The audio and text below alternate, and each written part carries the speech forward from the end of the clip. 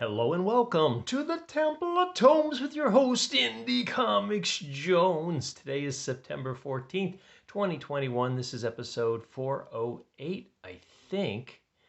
Anyway, I'm still in the midst of this move. I'm going to be talking about this probably for a couple months. I hate moving. I hate it with a passion. I'm hoping this next time we'll be there for a good number of years.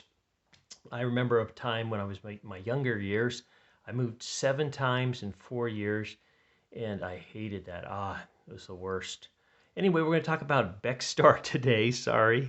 This is issue number 4. It comes out from Mad Cave, and it comes in at a whopping $3.99. And on the cover here, we have Becstar, looking real good, real cute.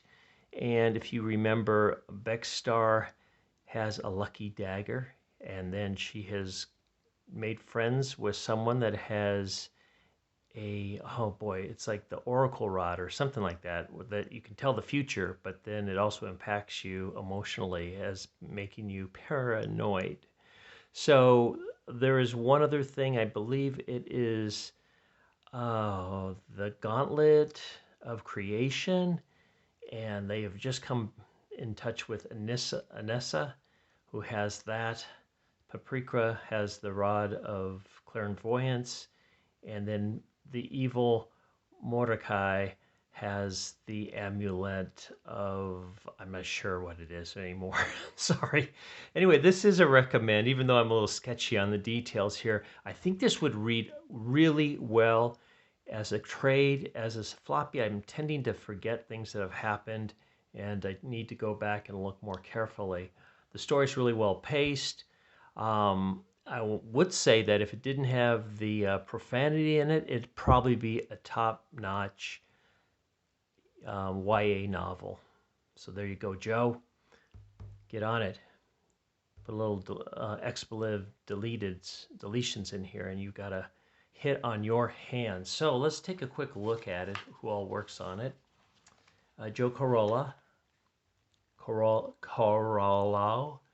is the writer. Lorenzo Colangeli.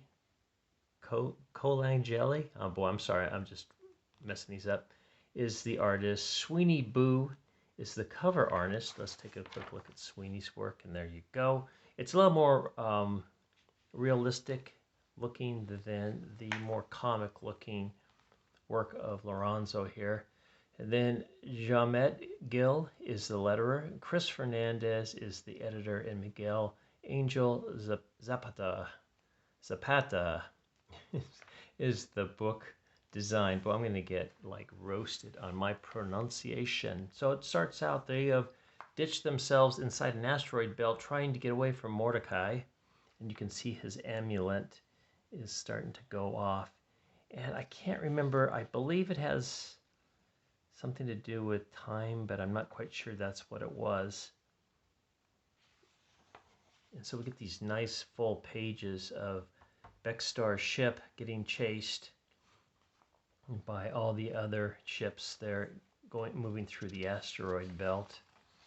They have figured out a way to use the lucky dagger along with the clairvoyant rod, I believe, in this scene here. And that gets them hitting the light speed after their ship was having some technical difficulties. And it put them in this strange place where I believe it's kind of like a flashback. And they're kind of going through these memories of things, how the clairvoyance rod came to possession of Paprika. And there we go. We're just, Mordecai just says, you know what, let's just kill them all. And he sends his main henchman in. Let's see, his name is Oxar or something like that. And Osgar. And so Osgar has the ability to make like knives out of his arms and things like that. So it's pretty cool. Their ship is hit after all these ships are attacking him. It's destroyed basically. And so we get the almost anime type look, but not quite, of the people in distress. They go ahead and here comes Osgar after them with one of his knife arms. But they're still shooting at them, so he is the victim of friendly fire here and continues to be throughout. Even though the other ships tell Osgar is on there, he gets sucked out of the ship. Just really nice pacing here. Unfortunately, Becstar's own ship is crash lands and appears to be destroyed. So just a lot of good stuff going on in this comic in general. But Mordecai still shows up at the end somehow. And I believe it's that his amulet allows him to do that. I can't remember what it was for, though. The Lucky Dagger, the Clairvoyant Rod, and the Gauntlet of Creation. So those, and then whatever his amulet does. So pretty good stuff. Here's what issue 5 is. I don't know if this is the conclusion. They are facing off, so this could be the concluding issue here. And I think it is. It's coming out this month. So we'll see later this month. Also coming out from Mad Cave is Pantomime, Volume 1. That came out in July. Wolvenheart, they actually give you a little preview of this.